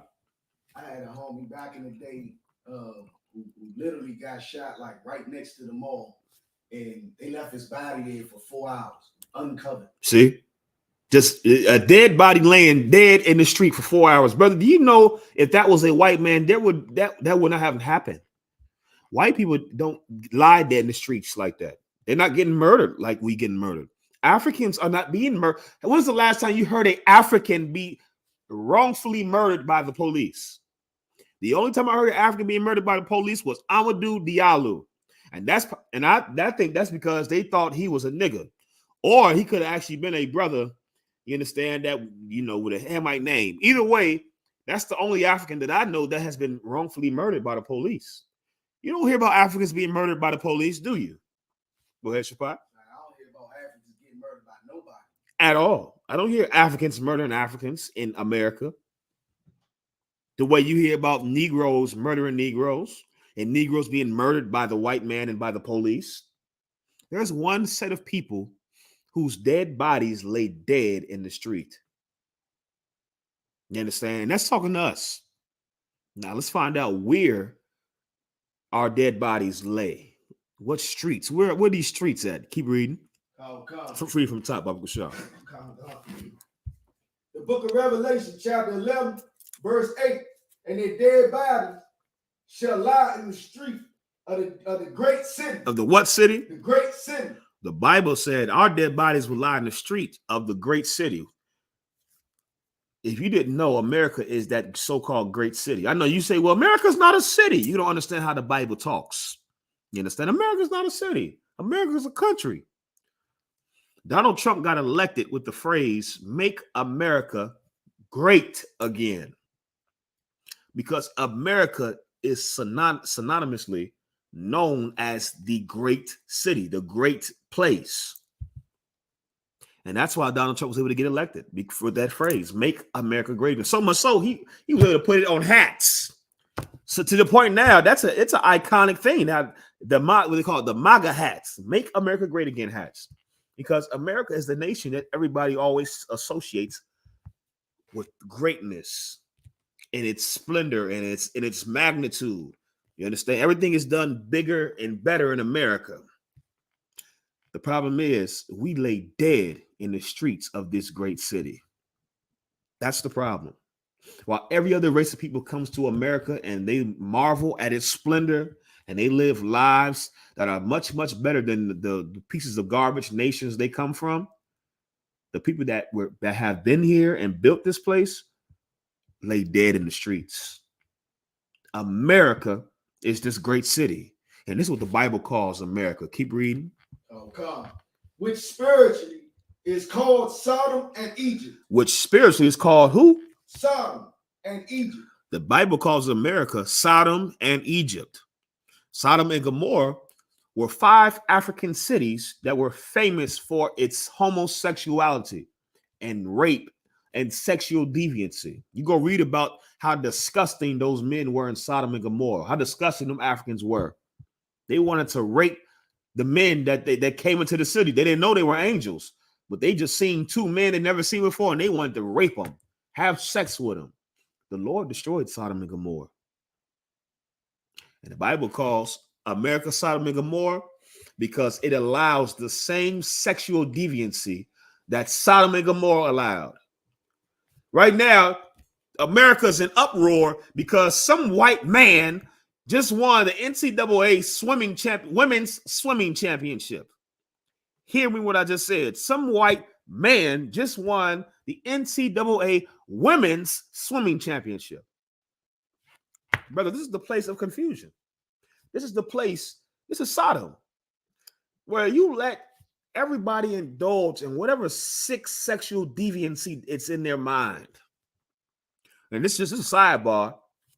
For all of you that supported Dwayne Wade's son or that supports the LGBTQ community, you should keep your goddamn mouth closed about that white man winning women that swimming championship. Because that's the natural progression of things. You can't be a hypocrite. You can't be mad that a man that identifies as a woman won a woman's event. You can't be mad if you supported the LGBT movement. What do you expect? You're a hypocrite if you're mad at one and you're not mad at the other. You either hate both or you love both of them. Now, this is that place. America is Sodom. They allow 2 men to go get married. They allow 2 women to go get married. And pretty soon they're going to allow you to marry children. How the hell can a drug dealer get more time than a child molester? That don't make sense to me. That doesn't make any sense at all. Child molesters should be in jail for the rest of their lives. But they get out and get put on a sex offender list and they can live relatively normal lives where they go and violate more children, violate more people. Because America is Sodom. It's the place of sexual deviancy. And the Bible also called America Egypt. Because just like Egypt, America built this place and it maintains this place off of the backs of the people that they have in slavery. And I know a lot of y'all, big head bourgeois Negroes, you think in your mind, I'm not in slavery. The Bible says I am free and free indeed. You understand? You're not free. You're absolutely not free. If you were free, you wouldn't have to teach your children how to deal with the police when they come and talk to him. Talk to them. You know, the white man tells his kids if they were to encounter the police. Anybody know?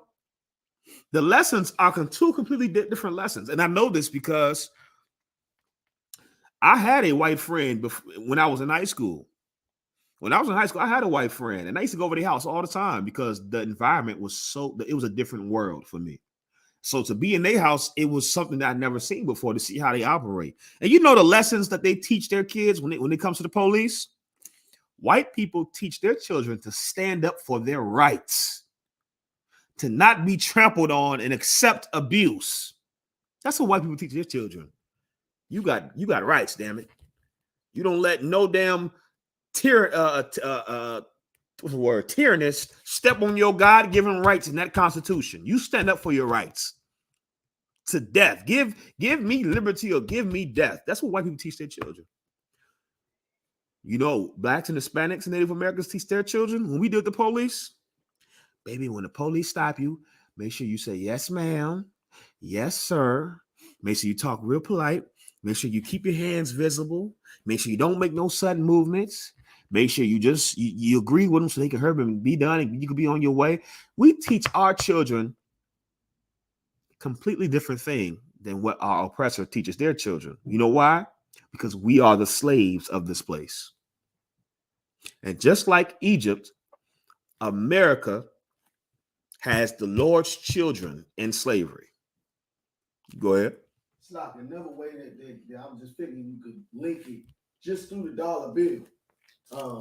It has like you had Babylon, you had Sodom, then coming down to Egypt, right, with the pyramid, and then after that it was Greece and Rome, right, and Greece and Rome took after Egypt, but it was the pyramid with Egypt, then Greece and Rome, which reflected the eagle that's on the dollar bill, and also America associates itself with the eagle. Exactly right. That's why it's on the dollar bill, because that's who they are. They model themselves after Egypt, literally. That's why Washington, D.C. is so filled with the architecture of ancient Egypt. If you don't know your history, you would think that's Greek and Roman architecture, when really the Greeks and Romans got that architecture from Egypt. Y'all see, I've said Salaki. I seen this white man I used to work with get out cussing out the police and didn't even get a ticket. Brother, what you saying is not, you ain't making that up. That's not, brother, that's the American way. If you are not a slave. If you are not a slave, brother, that's normal.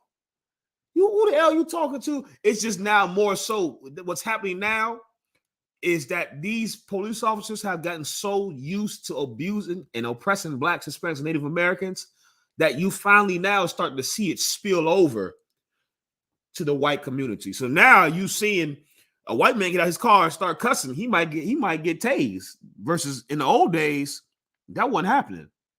But what's happening is these police officers have become so drunk with the blood of the Lord's people that now they just bloodthirsty and hungry. And what's happening is it's spilling over into their own people. And it's part of what has to happen for this place to fall. It's going to implode on this. There's going to be civil war in this place. You understand? Hell, white people shoot. You go look up the statistics of who shoots at the police the most. It ain't brothers. That whole stigma that we violent and the white police officers got to be scared of us. You have no reason to be scared of black men. Brother, you don't understand the fear that our people experience just having the police pull up behind you. Brother, I'm in the truth. And if the lights, the sirens go off behind me, I have to remind myself I'm in the truth. You understand? Because it's a certain feeling that has been conditioned into us because we are the slaves. White men don't forget that feeling. White men, brother, white people, they different. They're not the slaves.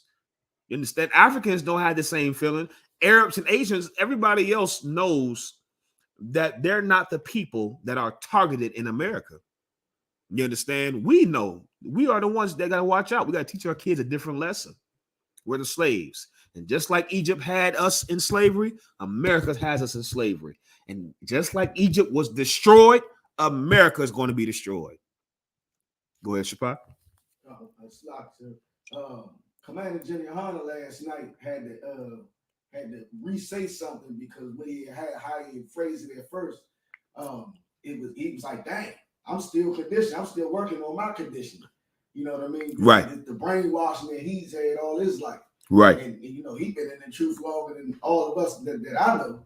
And he still had to fit some conditioning last night to rephrase something. Brother, the programming without the truth, it takes over you. Like without the truth, and this is for anybody that's not in the I.S.U.P.K. If you are not in the I.S.U.P.K., I hate to break it to you, this is who rules your mind. Because the truth is the only thing that wipes away the lie of this oppressor's philosophy. If you don't have the truth, the lie reigns supreme in your mind, and you just don't know it. Without the truth, this is who you serve. You going and you getting that weed, that's his weed.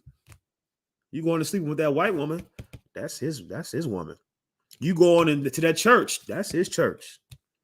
You going to vote, that's his ballot box. Everything that you do to follow the culture of America, it's the ideology of this imposter. It's like, go ahead, Shapa.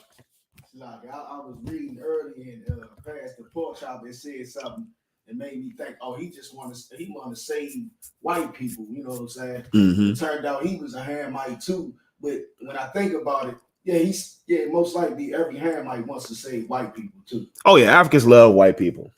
They have a disgusting affinity for white people, and that's them. They can do it. But the problem is, we not African. The Lord told us to separate ourselves and love each other. You understand? Get me Exodus 11:7. Okay. Exodus 11:7. And also too, after this, I want to address what he said to Pastor Pork Chopper. He said something about Abimelech. Or what I just said, Henry Louis Gates clearly said a DNA test to identify your ancestral origin was fake, and he laughed at Oprah when she started calling herself Zulu. I seen that video. I was cracking up too, because it's just a big joke, a big game being run on black people, because we are the people that are vulnerable. We're the people that are vulnerable and that are constantly searching and looking for who we are. I remember before I found out about the truth in the I.S.U.P.K, brother, that was my life's goal. What do we come from? It was a question that vexed me so much. And I remember wanting to attach myself to all different types of cultures and races of people. I remember like, well, maybe, but people say, that, we could be like, we from the islands, or could be African or something, certain stuff you try to attach yourself to, when it's just like, it's a reason for that, because we're the people that are robbed and spoiled. We're the people that's destroyed. So we don't know our lineage, our heritage, our culture, our language. And because we don't know it, we're searching and we're searching and we're searching. We become Muslim. You understand? We become Christian. We become 5%ers. We become Moors. We become all these things to attach ourselves to a culture to not feel like orphans, when the Lord wants us to feel like orphans, because we denied our father. You understand? You can't be a child and be disobedient and then be an orphan, then want a parent again. That's the purpose. The Lord let us be destroyed by our enemy because we didn't do what he said. You understand? And that's why he allowed our enemies to bring us into slavery, the same way we were brought into slavery in Egypt. Go ahead, Shapa. The scripture you got? What was the verse? 11, what? 7. Oh, God. The book of Exodus, chapter 11, verse 7. By against any of the children of Israel shall not a dog move his tongue against man or beast, that ye may know how that the Lord doth put a difference between the Egyptians and Israel. That's right. This is talking about when the Lord was bringing us out of the land of Egypt, out of slavery. The Bible says that the Lord put a difference between us and the Egyptians. You want to erase that difference. You want to get rid of that difference. You want the difference to not exist. You want to join yourselves to the Africans, to the Nigerians, to the Ghanaians, to the Egyptians. You want to join yourself to a people that the Lord said is different from you. And because of that, you won't prosper like the Egyptians prosper. You won't prosper like the Nigerians and Ghanaians prosper. You know what that's like? Black people trying to be African is like a Tesla. No, I won't say a Tesla. It's like a Lamborghini trying to use the manual of a Toyota. I ain't gonna say Toyota, of a Ford Taurus. You understand? Imagine you got a Lamborghini, and the way that you manage your Lamborghini is by reading the manual of a Ford Taurus. You're going to destroy that Lamborghini by trying to use the manual of a different car, a car that's much lesser than it, for that matter, either. Blacks, Hispanics, and Native Americans are the Lamborghini. That Bible is the manual on how to maintain that Lamborghini. Whenever you want to go join yourself to be an African, you are now trying to take on what you would do for a Ford Taurus, for a Lamborghini. And it works for a Taurus. African culture works for Africans. And they're able to come over here and be the number one immigrant and become all the doctors. African culture doesn't work for niggas. You're going to destroy the goddamn Lamborghini. That's what's happening right now as we speak. The Lord put a difference between us and the Egyptians, and you can't erase that difference, no matter how much you want to. I know y'all love Africa, mama Africa, mama the motherland. Them niggas didn't come and save nan nigga when we was in slavery. Not one. Didn't the boat? No boat came over here. Not even a damn canoe. Nothing came over here from Africa to save us. You know why? Because they know we're not the same people. They understand there's a difference between us and them.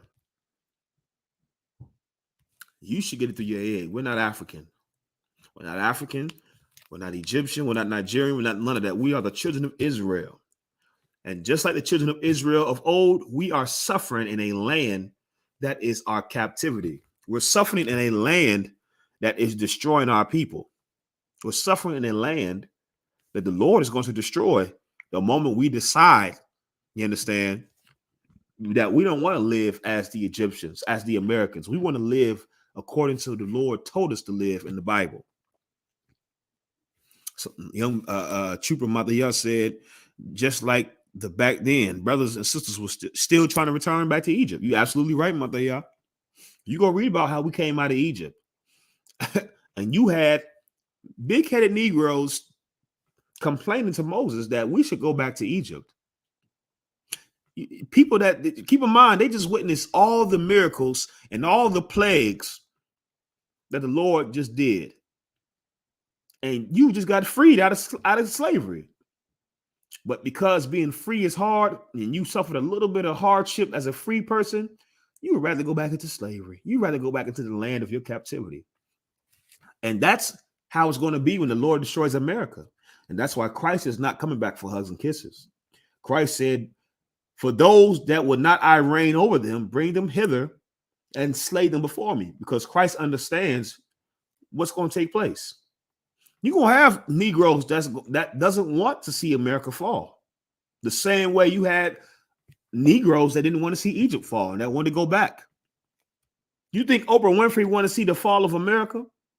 You think Jay-Z want to see the fall of America? You think any Christian pastor wants to see the fall of America? They live delicious in this place. Why would they want to see it be destroyed? And when it's destroyed, they're going to want for it to still be here. And they're going to hate the man that destroyed it. And Christ is going to kill him. He's going to kill him. The same way they hated Moses. And they try to blame Moses for the hardships that they faced in the wilderness for bringing them out of slavery. That's who we are as a people, man. The question is, who are you reincarnated? Are you one of the ones who hated Moses that wanted to go back to Egypt? Or are you one of the ones who followed Moses? The only way you can prove that is if whether or not you come into the I.S.U.P.K and follow who the Lord chose, Commander Yahanna, or you just continue to live how you living under the white supremacy of Christianity, and Christ will just do what he does when he returns. Go ahead, Shapar. I'm just thinking to myself, just like I think it was a brother who had to start a vending machine. It was hard to find do-rags and hair supplies for black people in Michigan, in the white area. Like, how hard is it? I ain't never been to Africa, but how hard would it be to find deodorant in Africa? Yikes. I don't want to even imagine it, brother. I have no reason to go to Africa, ever. There's nothing in Africa for Kazakh Ahmad. You understand? Everything I need is right here. Not that I love America, but why should we go to Africa? Why? For all those that say, well, if you don't like America, you should leave. Why? Why should we leave America? Well, because you just said, America's Egypt, and we left Egypt, and we are going to leave America, just not the way we left Egypt. The way we're going to leave America is not the way we left Egypt. We left Egypt on foot. We walked out of that stinking country into a land that we claimed as our own, that the Lord gave us. This time, we ain't walking out of America. We are going to be placed into our land. You understand? Through what the white man calls UFOs. Oh, they don't call them UFOs no more. They call them UABs. You understand? They got some military term for them now, which lets you know how serious they treat these things in the sky. You understand? They don't even call it UFOs no more. They call it UABs. Those UFOs are going to come when Christ comes back, and they're going to take us out of this land. And this land is going to be destroyed by thermonuclear warfare, and those chariots are going to put us back in our land. We're going to be put back into our land. The land of Israel belongs to black people. That Jewish man and the Palestinians are both illegal immigrants, illegal aliens in a land that doesn't belong to either one of them. And that's why there will never be peace in that land until God's chosen people, the people who that land rightfully belongs to, are put back in that land. You understand? I just want to address Pastor Porkchop statement he made real quick. He said something about Abimelech. Pastor Porkchopper said in Genesis 20, at the very beginning, God speaks to a Hamite in a dream, and Abimelech speaks to God in the dream. So does that mean the Hamites are close and connected to God as well? Let's go to Genesis 20, and let's see what you're talking about. Genesis 20. Yep, Genesis chapter 20. We start at verse 1.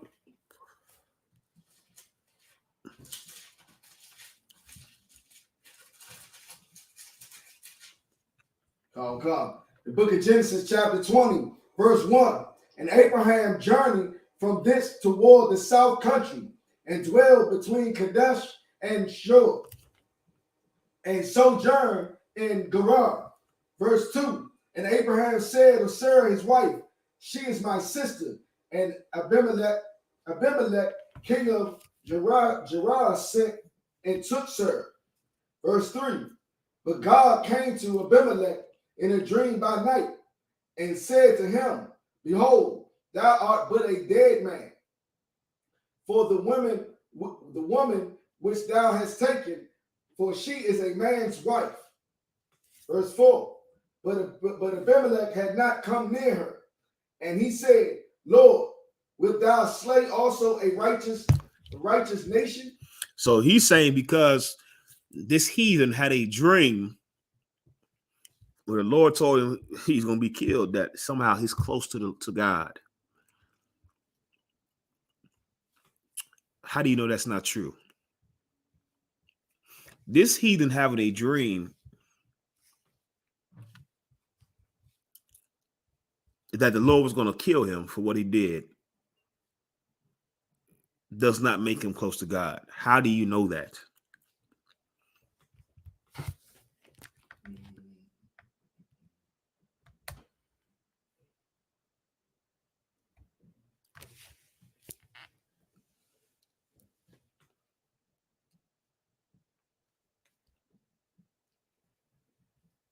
It's simple. It's real simple. The Lord doesn't only associates with one man, and he doesn't come through your dreams.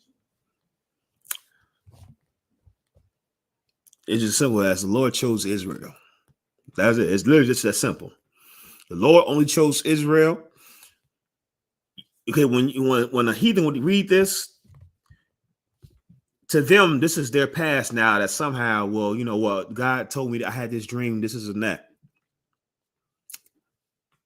If you are a heathen and you think the Lord gave you a dream, the way that you can confirm that is by doing what?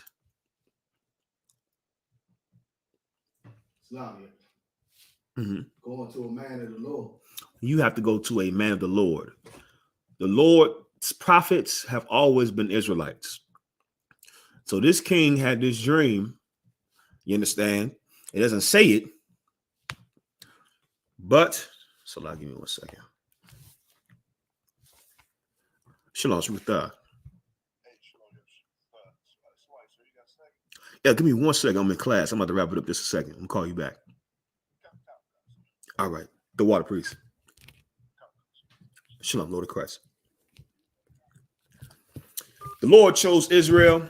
He can choose no stinking heathen. Him having this dream means nothing. You have all the dreams you can want. You understand? They mean nothing unless a Israelite, a prophet who's an Israelite, you understand, who's in the I.S.U.P.K, verifies that this dream has any credence or anything to it. You understand? The Lord doesn't. The Lord is not with heathens, like Almighty said. The Lord is not and will never be with heathens. It's just literally that simple. He had a dream, and that's just that. You know what I mean? He's an Israelite, and doesn't mean he's close to God and anything now. He just had an effing dream, and that's just what it is. You understand? But with that, make sure you like and share the stream. If you haven't done so already, like and share the stream. You understand? Y'all hard-headed. You hard-headed. I see it's 29 people in the chat and 10 likes. You hard-headed. Go and like that stream, man. You understand? And share the stream as well. You understand? Go ahead, Shapa. Salaki, if I may. Yep. I get the scripture. Absolutely. The precept of what you were just saying. Yep.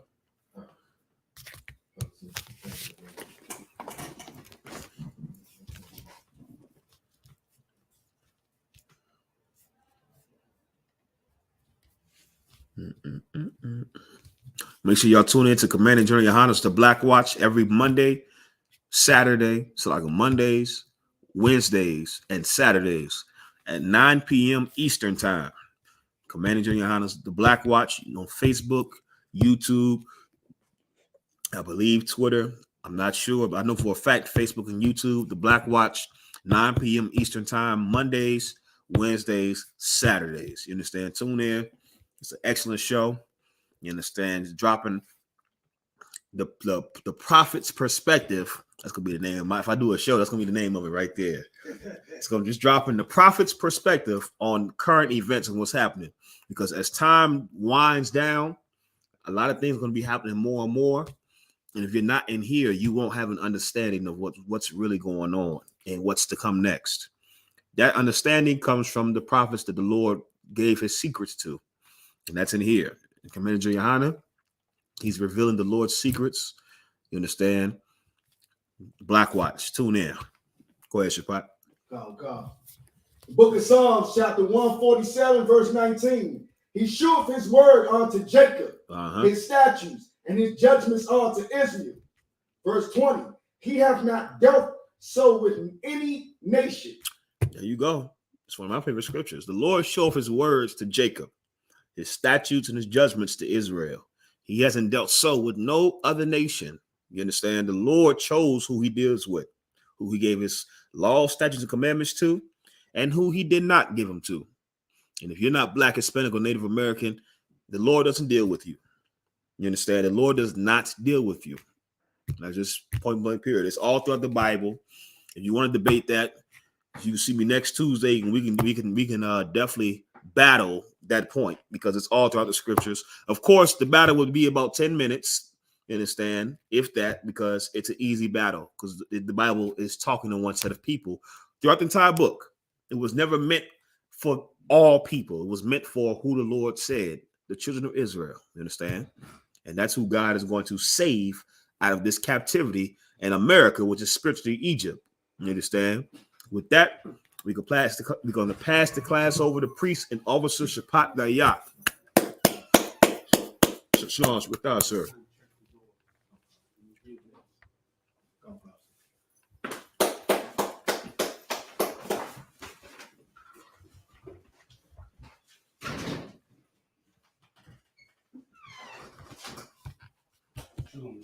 Shalom with us, sir.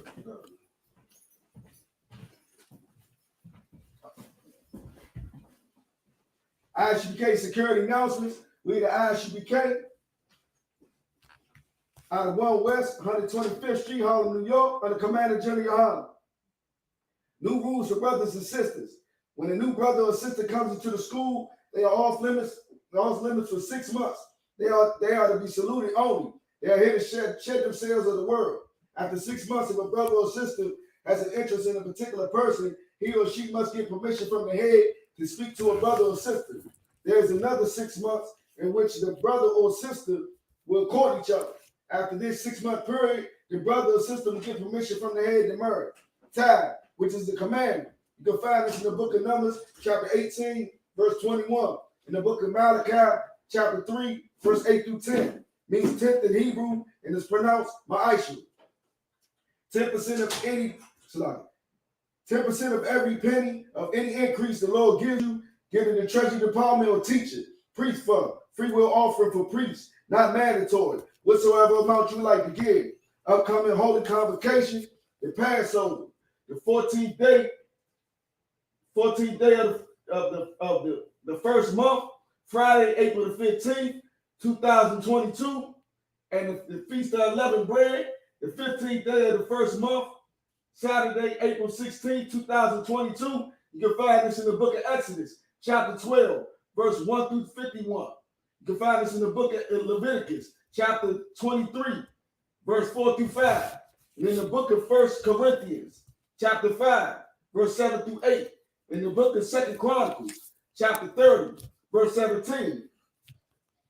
Remind Akim and Akwakin to check on social media, such as ISUPK.com, Facebook, Twitter, YouTube, and so on for ISUPK events and materials.